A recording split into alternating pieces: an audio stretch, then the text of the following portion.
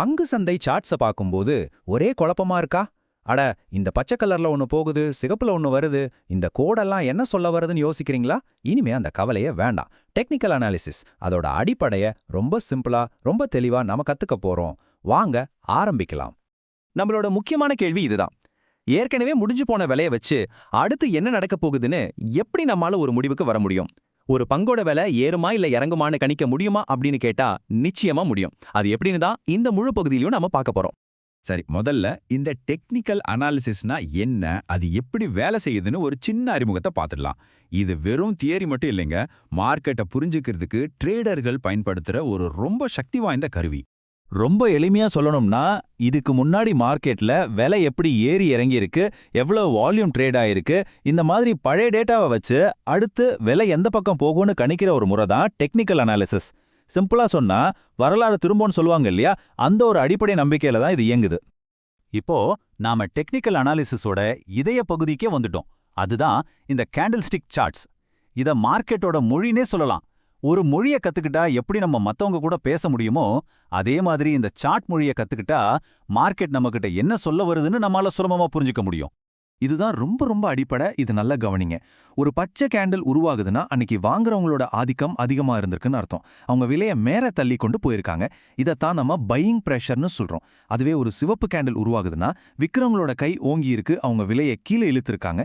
இதுக்கு பேரு selling pressure. இந்த ரெண்டு விஷயம் புரிஞ்சா போதும், பாதி சார்ட் நமக்கு புரிஞ்சிருச்சுன்னு சொல்லலாம். ஓகே, கேண்டில்ஸ் மூலமா ஒரு நாளோட நிலவரம் என்னன்னு புரியுது. ஆனா மார்க்கெட்டோட பொதுவான போக்கு, அதாவது ட்ரெண்டு எப்படி இருக்குன்னு தெரிஞ்சுக்க வேண்டாமா? அதுக்கு தான் நம்மக்கிட்ட ரெண்டு சூப்பரான கருவிகள் இருக்கு. ஒன்று மூவிங் ஆவரேஜஸ், இன்னொன்று RSI. மூவிங் ஆவரேஜ் ஒரு மேஜிக் லைன் மாதிரி யோசிச்சுக்கோங்க. தினமும் நடக்கிற சின்ன சின்ன விலை ஏற்ற இறக்கங்களால வர்ற குழப்பத்தை எல்லாம் நீக்கிட்டு, பொதுவா இந்த பங்கு மேல போகுதா இல்ல கீழே வருதாங்கிற பெரிய சித்திரத்தை நமக்கு தெளிவா காட்டும். பொதுவா 50 நாள் மூவிங் ஆவரேஜ் ஒரு மீடியம் டேர்ம் ட்ரெண்டையும் 200 நாள் மூவிங் ஆவரேஜ் ஒரு நீண்ட கால ட்ரெண்டையும் காட்டும். ஒரு பங்கோட விலை இந்த 200 நாள் கோட்டுக்கு மேல இருந்தா அது ஒரு நல்ல ஏற்றத்துக்கான அறிகுறி. அதுவே அந்த கோட்டுக்கு கீழே வந்தா அது இறக்கத்துக்கான அறிகுறி. ரொம்ப சிம்பிள். ட்ரெண்ட் எந்த பக்கம்னு தெரிஞ்சிடுச்சு. ஆனா அந்த ட்ரெண்டோட வேகம், அதாவது மொமெண்டம் எப்படி இருக்கு, அதுக்கு தான் நம்ம அடுத்த கருவி RSI, அதாவது ரிலேட்டிவ் ஸ்ட்ரென்த் இண்டெக்ஸ். இது 0ல இருந்து 100 வரைக்கும் நகரக்கூடிய ஒரு ஸ்பீடோமீட்டர் மாதிரி. இப்ப பாருங்க, RSI 70க்கு மேல போகுதுன்னா அந்த பங்கை எல்லாரும் போட்டி போட்டு வாங்கிட்டாங்க, விலை அளவுக்கு அதிகமா ஏறிடுச்சு, இனிமே ஒரு சின்ன கரெக்ஷன் வரலான்னு ஒரு எச்சரிக்கை மணி அடிக்குதுன்னு அர்த்தம். இதுக்கு பேரு ஓவர்பாட். அதுவே 30க்கு கீழே வருதுன்னா எல்லாரும் பயந்து வித்துட்டாங்க, விலை ரொம்ப குறைஞ்சிடுச்சு, இங்க இருந்து விலை திரும்பவும் மேல போக வாய்ப்பு இருக்குன்னு ஒரு சிக்னல் கிடைக்குது. இது ஓவர் சோல்ட். வேகத்தை அளக்க RSI மட்டும்தான் இருக்கா? இல்லவே இல்ல. நமக்கிட்ட இன்னொரு அருமையான கருவியும் இருக்கு. அதுதான் MACD, அதாவது MACD. வாங்க அது என்ன சொல்லுதுன்னு பார்க்கலாம். மேக்டிங்கிற பேரை பார்த்து பயப்பட வேண்டாம். இதுவும் மூவிங் ஆவரேஜ் அடிப்படையா வச்சு வேலை செய்யற ஒரு இண்டிகேட்டர் தான். ஒரு ட்ரெண்ட்ல இருக்கிற வேக மாற்றத்தை இது நமக்கு அழகா படம் பிடிச்சு காட்டும். MACDல நாம கவனிக்க வேண்டிய முக்கியமான விஷயம் கிராஸ் ஓவர் தான். ரொம்ப சுருக்கமா சொன்னா, நீலக்கோடு சிக்னல் கோடான சிகப்பு கோட்டை தாண்டி மேல போனா அது ஒரு பை சிக்னல். அதுவே நீலக்கோடு கீழே இறங்கி சிகப்பு கோட்டை கிராஸ் பண்ணா அது ஒரு செல் சிக்னல். அவ்வளவுதாங்க விஷயம்.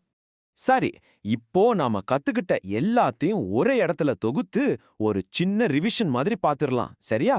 அப்போதான் இது மனசுல நல்லா பதியும். இதுதான் நம்மளோட சீக்ரெட் சீட் ஷீட்.